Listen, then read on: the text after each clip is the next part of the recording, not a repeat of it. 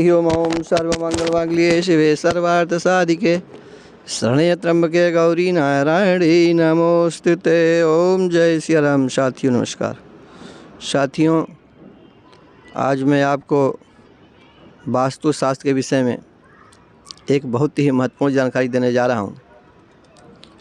आज कल के समय में बहुमंजिली इमारतें बन रही हैं, उनमें मजबूती प्रदान करने के लिए जगह जगह छतों में बीम का प्रयोग किया जाता है। साथियों, क्या आप जानते हैं कि बीम वैसे तो मकान की सुरक्षा के लिए, छत की सुरक्षा के लिए बनाया जाता है, लेकिन उस बीम से कई प्रकार के दोष भी उत्पन्न होते हैं, जिसकी वजह से आदमी को परेशानियां पैदा होती हैं। साथियों, वास्तुशास्त्र एक ऐसा विषय है। वास्तुशास्त्र में यदि आपने घर बनाते समय कोई कमी कर दी, घर में कोई कमी हो गई है पहले से, तो वास्तुशास्त्र जो दोष उत्पन्न होते हैं वास्तु के जो है, वह आदमी को धीरे धीरे सनई घुन की तरह से नुकसान करते रहते हैं। आदमी को पता नहीं चलता है कि हम किस वजह से, किस कारण से नुकसान हमारा हो रहा है। हम क्यों मानसिक डिप्रेशन में हैं, क्यों परेशान में हैं, घर में का वातावरण दूषित क्यों है, पति पत्नी में संबंध अच्छे नहीं बन रहे हैं, बात बात पर लड़ाइयाँ हो रही हैं। इस सब के अधिकांश कारण जो होता है वास्तु दोष के होते हैं। तो इसलिए आवश्यक है कि वास्तु के विषय में जान करके, समझ करके, उसका निदान करके और आने वाली परेशानियों से बचा जाए। वास्तुशास्त्र के ज्ञान का मुख्य उद्देश्य यही है। तो साथियों, जैसा कि मैंने आपसे चर्चा किया, आज हम आपको घरों में बनाए जा रहे बीम के विषय में बताने जा रहे हैं। जो साथी हमारे चैनल पर फर्स्ट टाइम विजिट कर रहे हों, कृपया हमारे चैनल को सब्सक्राइब करने का कष्ट करें, जिससे हमारी बनाई हुई वीडियो उनको समय से प्राप्त हो सके और उसका वो लाभ उठा सकें। तो साथियों, वैसे तो बीम इसलिए बनाया जाता है कि बीम का जो भार होता है वो छत और दीवार इत्यादि को कंट्रोल करता है। लेकिन बीम से बनाने से नुकसान क्या होते हैं, ये भी आपको मैं बताने जा रहा हूँ। बीम यदि आपने बनाया है तो बीम के ठीक नीचे बैठ करके पढ़ाई लिखाई करना, कोई कार्य करना अथवा सोने से परहेज़ करें। यदि आप ऐसा करते हैं, बीम के नीचे यदि आप अपनी चारपाई डालते हैं, अपनी टेबल कुर्सी डालते हैं, वहाँ आप बैठते हैं, अध्ययन करते हैं, खाना खाते हैं, तो आप मानसिक दबाव में रहेंगे।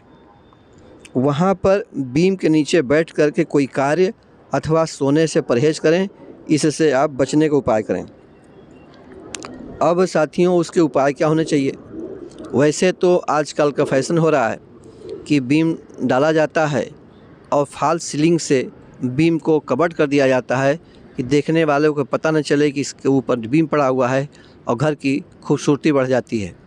इससे बीम के जो दोष है वो दूर हो जाएगा। लेकिन सभी लोगों के अंदर फॉल्स सीलिंग डलाने की या पूरे कमरे में फॉल्स सीलिंग डलाने की क्षमता नहीं होती है, उसका उपयोग नहीं कर पाते हैं।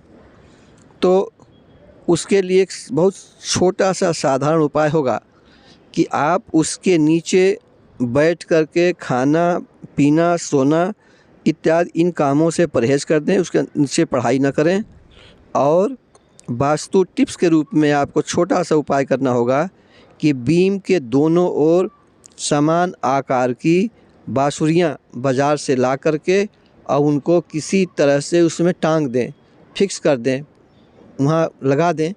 उस बाँसुरी को लगाने से आपके जो बीम के जो वास्तु दोष उत्पन्न हो रहे हैं घर में, वह आपके दूर हो जाएंगे। तो साथियों, जैसा आप देख रहे हैं कि बीम बनाने से फ़ायदा क्या है और बीम बनाने से नुकसान क्या है। तो बीम तो बनाना आवश्यक है, बशर्ते कि हम उस बीम बनाने के जो दोष हो रहे हैं उनको दूर कर लें। आप उस फॉल्स सीलिंग से दूर करें, अथवा एक बाँसुरी दोनों साइडों में एक समान आकार की बाँसुरी लगा करके उसको दोष को दूर कर लें। इस प्रकार साथियों, मैंने आपको आज बीम से होने वाले दोष और दोष शमन के उपाय के रूप में एक बहुत छोटा सा साधारण उपाय बताया।